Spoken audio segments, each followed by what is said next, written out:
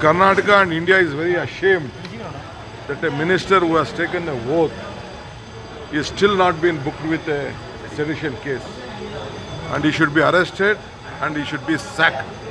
The Chief Minister of Karnataka has not sacked him yet. The Governor also has not sacked him yet. On small workers who has tweeted, and various people who try to go to the near the Red Fort.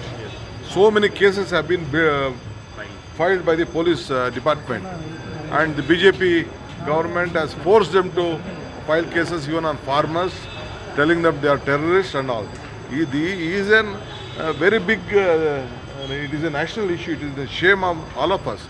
So it is our bound duty, the opposition party, the Congress party have decided, we want his resignation, we want him to be sacked, we want him to be arrested. Sir, the party says that, BJP says that there's nothing wrong, we won't sack him. So what is your next course? Let us see that they want the saffron flag on the Red Fort in the place of national flag. Is it the culture? Is that the constitution? Let the national leaders of their party announce that. If they doesn't want to sack, let them keep his photograph, let them remove Bommai photo and keep his photo. The people of Karnataka and this country will show what they are, who they are. ಗೌರವಾನ್ವಿತ ರಾಜ್ಯಪಾಲರ ಭಾಷಣದ ಮೇಲೆ ಹಲವಾರು ವಿಚಾರಗಳನ್ನು ಎತ್ತಿ ಮಾತನಾಡ್ಬೋದಾಗಿತ್ತು. ಜನರ ಸಮಸ್ಯೆಯನ್ನು ಚರ್ಚೆ ಮಾಡ್ಬೋದು. ಅವರಿಗೆ ಜನರ ಸಮಸ್ಯೆ ಬೇಕಾಗಿಲ್ಲ. ಹೀಗಾಗಿ ಸನ್ಮಾನ್ಯ ಈಶ್ವರಪ್ಪನವರು ಭಾಳ ಸ್ಪಷ್ಟೀಕರಣ ಕೊಟ್ಟಿದ್ದಾರೆ. ನಾನು ರಾಷ್ಟ್ರಧ್ವಜವನ್ನು ಕೆಂಪುಕೋಟೆಯಲ್ಲಿ ಹಾರಿಸ್ತೀನಿ ಅಂತ ಹೇಳಿಲ್ಲ. ಇನ್ನು 300, 400, 500 ವರ್ಷದ ನಂತರ ಆದರೆ ಆಗಬಹುದು, ಅದು ನನಗೆ ಗೊತ್ತಿಲ್ಲ.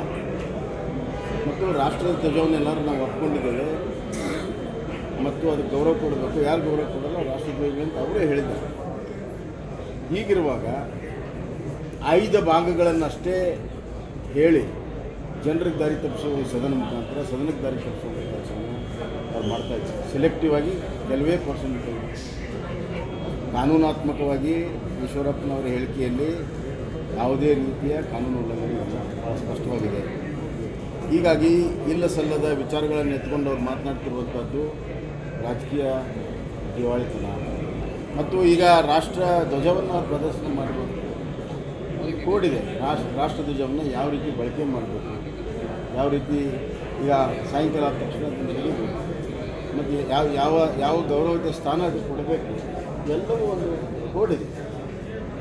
ರಾಷ್ಟ್ರ ಧ್ವಜವನ್ನು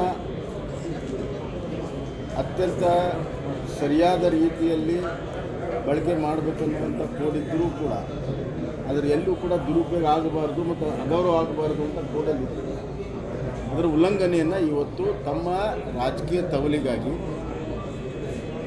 ಸದನವನ್ನು ದುರುಪಯೋಗ ಯಾವ ರೀತಿ ಮಾಡಿದರು, ರಾಷ್ಟ್ರ ಧ್ವಜವನ್ನು ಕೂಡ ದುರುಪಯೋಗ ಮಾಡಿದರು. ಭಾಳ ಸ್ಪಷ್ಟವಾಗಿದೆ. ಹೀಗಾಗಿ ಜನ ಇದನ್ನೆಲ್ಲವನ್ನು ನೋಡ್ತಾ ಇದ್ದಾರೆ.